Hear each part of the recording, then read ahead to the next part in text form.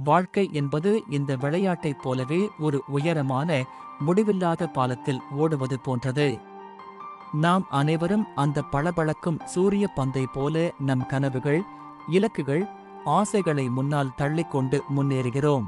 கீழே பார்த்தால் அடர்ந்த மேகங்களும் அவற்றுக்கடியில் மறைந்திருக்கும் பூமியும் தெரிகிறது.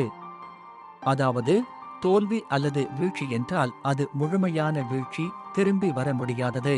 ஆனால் விளையாட்டில் உள்ள சில அம்சங்கள் வாழ்க்கையை அழகாக பிரதிபலிக்கின்றன. ஒன்று, பாதை தானாக முடிவடையாது. பாலம் சில இடங்களில் நேராகவும், சில இடங்களில் திரும்பவும், சில இடங்களில் உடைந்தும் இருக்கிறது. வாழ்க்கையும் அப்படித்தான். எல்லாம் சீராக போகாது. திடீரென்று திருப்பங்கள் வரும். செக் பாயிண்ட் என்று எழுதிய இடங்கள் வரும். அவை நம்முடைய சிறு சிறு வெற்றிகள், மைல்கற்கள்.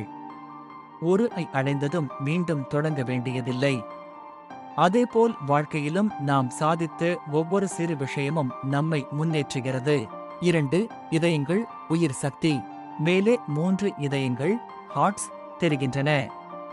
அவை நம் உடல் நலம், மன உறுதி, உறவுகள், பணம் என எல்லாவற்றையும் குறிக்கின்றன.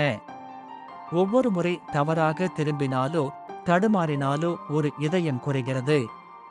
வாழ்க்கையிலும் நம்முடைய உயிர்சக்தி வரையறுக்கப்பட்டது.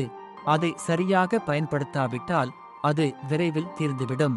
3 அம்புக்குறிகள், திசை காட்டிகள்.